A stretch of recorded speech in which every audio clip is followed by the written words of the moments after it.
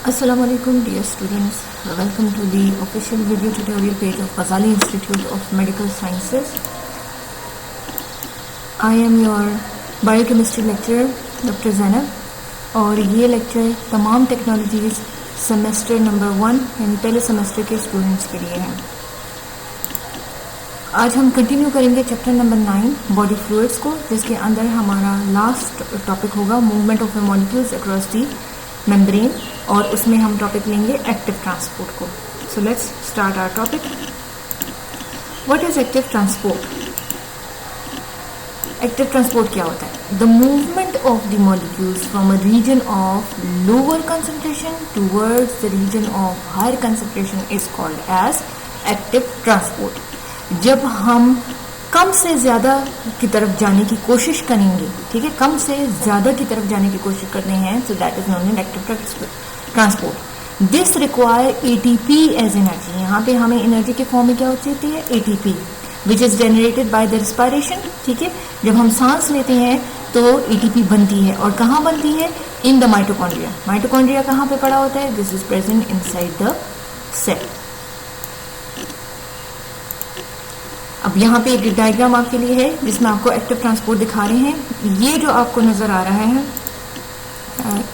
ये वाला जो एरिया आपको नजर आ रही है, ये आपकी लिपिड बायलेयर है। ठीक है, यहाँ पे ये आपकी लिपिड बायलेयर है, जिसमें से ये आप चेक कर सकते हैं, ये यहाँ पे जो मॉलिक्यूल्स हैं ये कम तादाद में है, और मॉलिक्यूल्स ने लोअर रीजन से हायर रीजन की तरफ आना है। यहाँ पे मॉलिक्यूल्स बहुत ज्यादा है, तो जब ये पास करेगा कम से ज्यादा की तरफ, तो इसको एनर्जी चाहिए, और वो भी in the form of ATP, जो आपको यहाँ पे दिखाई दे रही है। ठीक है, जब आप लोअर कंसंट्रेशन से हायर कंसंट्रेशन की तरफ जाते हैं, ठीक है, यहाँ पे देखिए आपके पास लोअर कंसंट्रेशन है, यहाँ पे आपके पास हायर कंसंट्रेशन है। ये जो है ये आपके सेल की लिपिड बायलेयर है। ये यहाँ से जब ये मॉलिक्यूल्स अंदर जाना चाहते हैं तो इनको एटीपी चाहिए होती है, और एनर्जी यहाँ पे एटीपी के फॉर्म में इनको मिल रही है।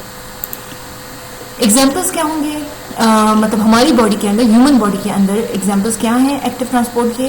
This is the reabsorption of the glucose, amino acids and salt by the proximal conjugated tubules of the nephrons in the kidney. Nephron कहाँ पड़े होते हैं? नेफ्रॉन किडनी के अंदर पड़े होते हैं। नेफ्रॉन्स क्या हैं? These are the structure and function unit of the kidney. और प्रॉक्सिमल कॉन्जुगेटेड ट्यूब्यूल्स, ये जो है ये नेफ्रॉन का एक हिस्सा है। ठीक है, यहाँ से रीएब्जॉर्प्शन यानी दोबारा एब्जॉर्ब करने हैं क्या? ग्लूकोज या अमाइनो एसिड या कोई भी जो आपके सॉल्ट्स हैं उनको रीएब्जॉर्ब करना होता है, तो यहाँ पे उनकी अमाउंट कम होती है। ठीक है, और उसके लिए हम कौन सा मेथड यूज करते हैं? Active transport. दूसरा एग्जांपल हमारे पास है sodium potassium pump in the cell membrane. Cell membrane के अंदर सोडियम और पोटेशियम का पंप लगा होता है, जो कि सोडियम को अंदर करता है और पोटेशियम को सेल के अंदर से बाहर भिजवाता है। सो ये इसको भी एनर्जी रिक्वायर्ड होती है in the form of ATP.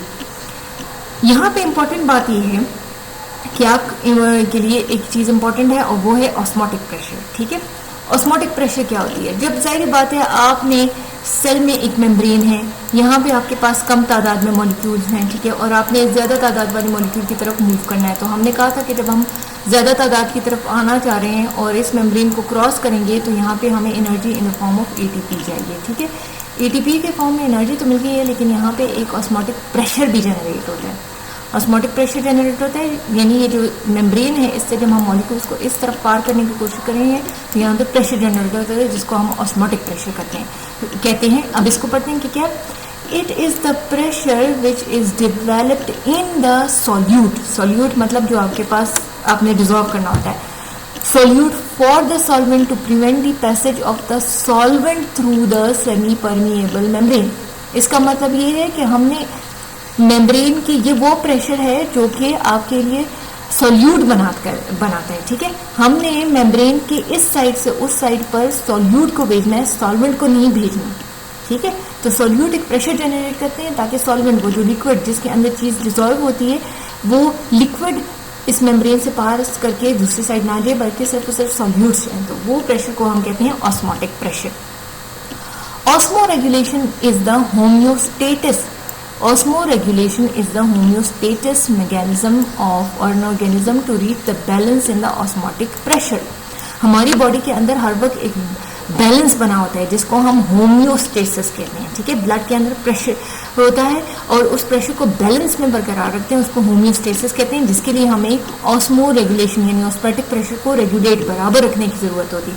अब इसके लिए क्या क्या होगा, हमारे पास 3 चीजें होती हैं, hypertonic solution, hypotonic solution and isotonic solution. इससे नेक्स्ट स्लाइड में मैं आपको बताऊंगी कि ये क्या चीजें होती हैं। ये अब आप अपनी स्लाइड में देख सकते हैं, ठीक है, कि एक है हाइपरटोनिक सोल्यूशन, ये सबसे पहले आपके लिए हाइपरटोनिक है, फिर हमने हाइपोटोनिक बताया हुआ है और फिर आइसोटोनिक बताया हुआ है। ये जो ब्लू में नजर आ रहा है ये वाटर है, ठीक है, ये जो आपके ब्लू में नजर आ रहा है दिस इज वाटर, और जो आपके रेड में आपको नजर आ रहा है वो सोडियम क्लोराइड यानी कि NaCl है इसके अंदर, ठीक है, ये NaCl है। नॉर्मली क्या होता है, ये जो येलो कलर का बना हुआ है ये आपका सेल है। नॉर्मली जब हाइपरटोनिक सोल्यूशन होता है तो सेल क्या होता है, सोडियम जितनी भी होती है वो सेल के अंदर से बाहर निकलना शुरू हो जाती है और बाहर पानी कम हो जाता है, जिसकी वजह से प्लाज्मोलिसिस होती है। अब ये शक्ल आप देखें, आपका सेल श्रिंक हो जाता है, ये शक्ल इस तरह बनी हुई है, ये जो स्माइली बना हुआ है ये इसलिए कि आपके वाटर आपके सेल से बाहर निकलना शुरू हो जाता है, ठीक है, तो आपका सेल जो है वो सुकड़ना शुरू हो जाता है। हाइपोटोनिक में क्या होता है, जितना भी पानी होता है वो अंदर वाटर जो है वो अंदर की तरफ आना शुरू हो जाता है, जितना भी सोडियम होता है वो अंदर डिपॉजिट हो जाता है, तो आपके सेल को सूजन हो जाती है, जिसको हम साइटोलिसिस कहते हैं, ठीक है, ये आप इस में देख सकते हैं। और आइसोटोनिक वो होता है जिसमें सोडियम क्लोराइड सेल के बाहर पड़ा होता है और बराबर अमाउंट में वाटर और अंदर भी सेल के पड़ा होता है, बाहर भी पड़ा होता है। तो जब ये कंडीशन है दिस इज ऑसम कंडीशन, यानी कि हमें हैवक बॉडी में आइसोटोनिक कंडीशन चाहिए होता है, जिसको हम होम्योस्टेसिस कह रहे हैं, यानी कि जो बैलेंस का मेथड कर रहे हैं। अगर आपके हाइपरटोनिक हो जाएगा आपकी बॉडी के अंदर सोल्यूशन, यानी आपका जो प्लाज्मा है तो प्लाज्मोलिसिस होगी, और अगर हाइपोटोनिक हो जाएगा तो फिर साइटोलिसिस होगी, यानी आपके सेल के अंदर वाटर का कंटेंट बहुत ज्यादा हो जाएगा और सोडियम कम होना शुरू हो जाएगा। हाइपरटोनिक में आपकी बॉडी में सोडियम की मिकदार बहुत ज्यादा होना शुरू हो जाती है, ठीक है। Now what are the factors which will be affecting this osmotic pressure, ये जो हम बार बार कह रहे हैं कि मेम्ब्रेन है और मेम्ब्रेन पे प्रेशर होता है, तो वो उसको कौन से फैक्टर होते हैं, 2 फैक्टर्स हैं।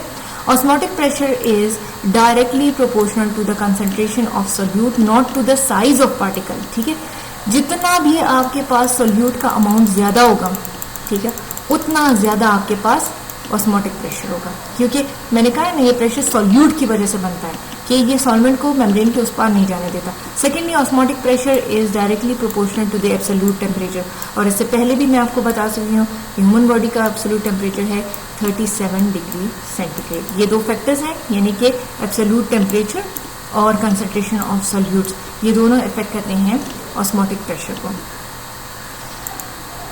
At the end of this topic मैंने आपके लिए एक असाइनमेंट तैयार किया है जिसमें 4 MCQs हैं। काइंडली ये MCQs इस वीडियो के 1 वीक अपलोड होने के बाद अपने कंसर्न कैंपस में अपने कंसर्न टीचर को जरूर सबमिट करा दीजिएगा। Thank you so much for listening to this lecture, and if you have any question please ask them at the given numbers you are watching on your screen. Thank you. Allah.